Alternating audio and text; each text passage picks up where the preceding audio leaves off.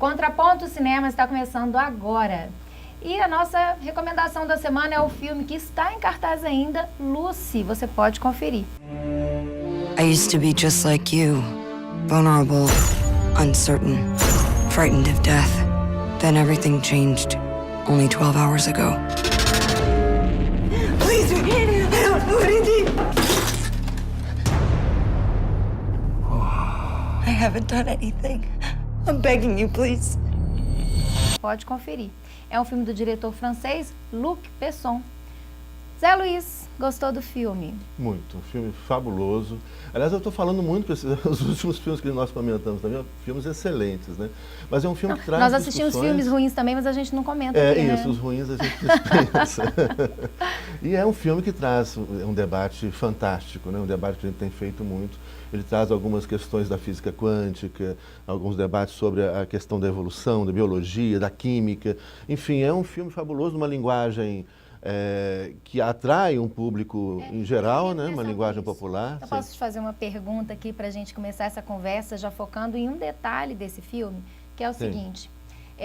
O tipo de linguagem escolhida pelo diretor Luc Besson, que é uma linguagem no estilo policial francesa, que na verdade, assim, pessoalmente, não é a linguagem que eu mais gosto para o cinema, não. Né? Eu acho que o filme traz uma grande ideia, né, que é a ideia da capacidade de uso do cérebro e o impacto disso, dos átomos conectados, enfim, que a gente vai explorar aqui ainda no programa.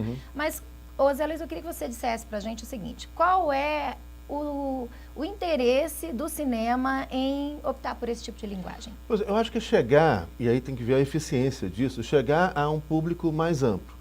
Aquele público de ficção científica, e a gente tem os filmes de ficção que não tem maiores conteúdos, né? Esse filme tem muito conteúdo, esse filme tem conteúdo inclusive filosófico, para além da questão que envolve a física quântica, a química, a biologia.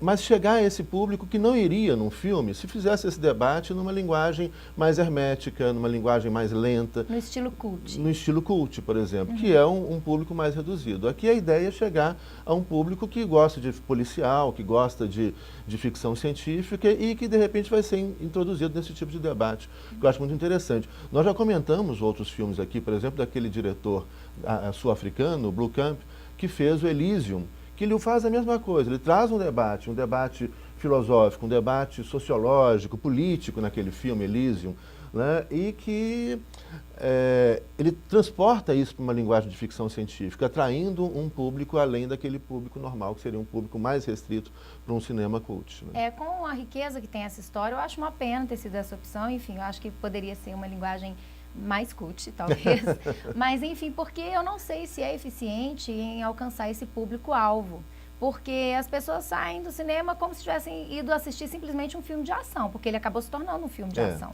né? E aí tem um outro problema, é o problema das sinopses dos filmes na internet. É impressionante, né? E eu acho que a maior parte das pessoas, que a gente vai pesquisando as sinopses antes de ver o filme, né? As críticas, nossa, parece que as pessoas não viram o filme. Né? Ouviram falar, tem coisas que não tem nada a ver com o conteúdo do filme, ouviu e não entendeu, que aliás isso aconteceu quando nós fomos no cinema, tinha umas pessoas do lado, pensaram, nossa, que filme chato, não tem nada, não aconteceu. Então assim, olha, viu e não entendeu, não se ligou na ideia do filme, ou então viu alguma notícia e faz uma sinopse de qualquer jeito, mas as sinopses são horrorosas, então não confie tanto nessas sinopses que andam por aí, não. É claro que essa questão de entender o filme, a gente está querendo dizer que nós entendemos, os outros não entenderam. Até porque é uma obra de arte, a gente tem falado muito isso aqui, ela vai além até do interesse do próprio diretor. Ele nem imagina quanta coisa pode ser explorada. A gente tem trazido aqui questões sociológicas, filosóficas, né, que talvez nem o diretor tenha tido a intenção. Sim, então, isso é o que caracteriza uma obra de arte.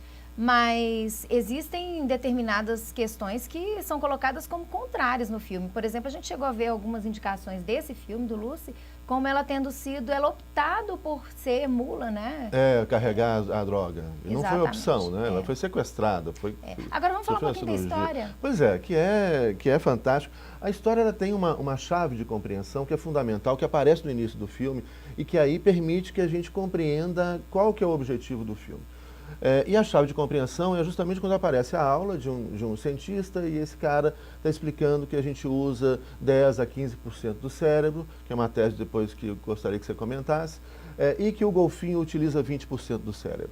E que aí, então, o golfinho, por utilizar 20% do cérebro, ele desenvolveu um radar que é dentro do seu próprio corpo, que é mais sofisticado que qualquer radar que já tenha sido desenvolvido pelos seres humanos em aparelhos, né, separados do corpo. E a tese do filme, então, é essa. À medida que a gente vai evoluindo, à medida que o nosso corpo evolui, nossa mente evolui, né, nós vamos utilizar o nosso corpo e não precisamos mais utilizar da tecnologia externa, porque o nosso corpo vai ser capaz de fazer coisas que a gente nem imagina. É uma tese muito interessante, mas que se fundamenta numa ideia que hoje é muito questionada, da questão do percentual de uso do cérebro humano, né? Bom, eu acho que o Luc Besson mesmo, quando fez a opção por esse trabalho, e ele trabalhou nesse filme durante 10 anos para ser produzido.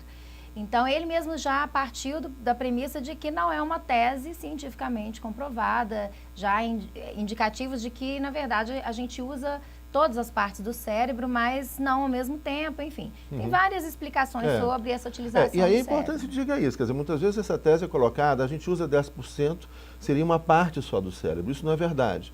Mas que as outras partes teriam capacidades como telecinésia, movimentar objetos, etc.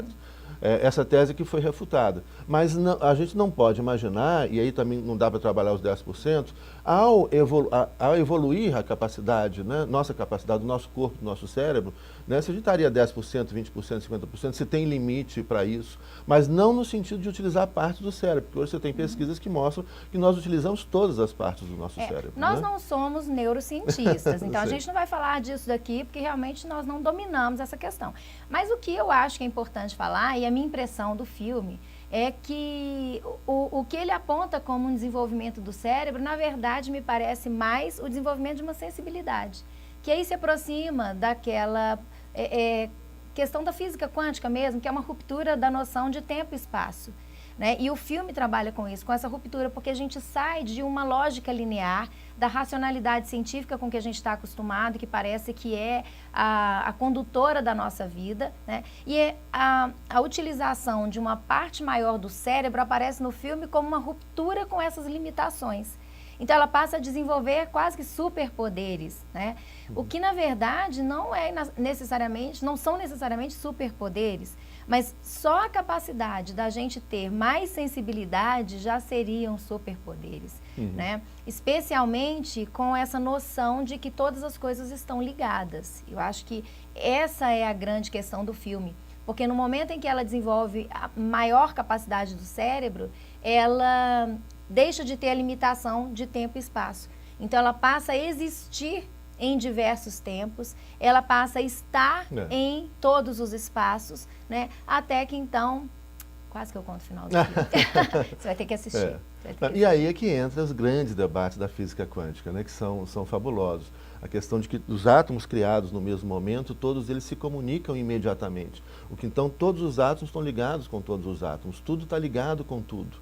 Né? Tem uma experiência, até que uma experiência mental, né, que é feita, que eles mandam dois átomos, né, para uma distância de milhões de anos-luz. Essa experiência não foi feita realmente, é uma experiência mental. E esses átomos, o que acontece com um, acontece com o outro simultaneamente. E que não seria que a informação está viajando a milhões de anos-luz, a milhares de anos-luz, mas é que eles estão conectados. Isso rompe, ou começa a romper com a ideia de tempo e espaço. E o filme explora isso muito bem, além de trazer outras discussões que são interessantes, como, por exemplo, a questão da química, das drogas, né? Você tem drogas, por que você tem drogas legais e ilegais? O que as drogas fazem com o corpo? Você tem drogas que adormecem, tem drogas que fazem a gente perceber mais. Então, também insere a discussão das drogas, que é uma discussão muito interessante e que deve ser feita do ponto de vista histórico também, que é muito legal, porque você pensar em determinados momentos tem drogas que são permitidas, depois essas drogas passam a não serem mais permitidas, né? Drogas que eram ilegais viraram legais e assim por diante. E o filme traz também essa discussão paralela, porque é por meio de uma droga, de uma química, né, que ela desenvolve mais a sua capacidade cerebral. Né? Bom, e acho que tem também a questão de colocar o ser humano como o topo da cadeia de desenvolvimento dos seres vivos. Questiona né? também isso. Você tem vários padrões evolutivos Animais diferentes têm seu próprio processo de evolução. E aí traz outras discussões fundamentais hoje, como as teses animalocêntricas, ecocêntricas, biocêntricas. Enfim, o filme é fabuloso e a partir dele a gente pode fazer muitas discussões. Nós podíamos fazer vários programas aqui sobre esse filme. Né? A comparação com o golfinho mesmo é um indicativo disso, né? Porque outros seres vivos, outros animais têm outros sentidos mais desenvolvidos do que os dos seres humanos. Muito mais o caso do golfinho. Isso. Então, a perspectiva de que nós somos, né, entre os animais, nós somos os mais desenvolvidos. Sei não. É uma visão antropocêntrica que a gente tem questionado bastante. Bom, então tá aí a recomendação para você essa semana e ainda está em cartaz o filme. Corre lá que você consegue assistir no cinema ainda, Lucy, do diretor Luc Besson. Aproveite a sessão de cinema, continue com a programação da TV comunitária e na próxima semana, Contraponto Cinema, tem mais dica para você.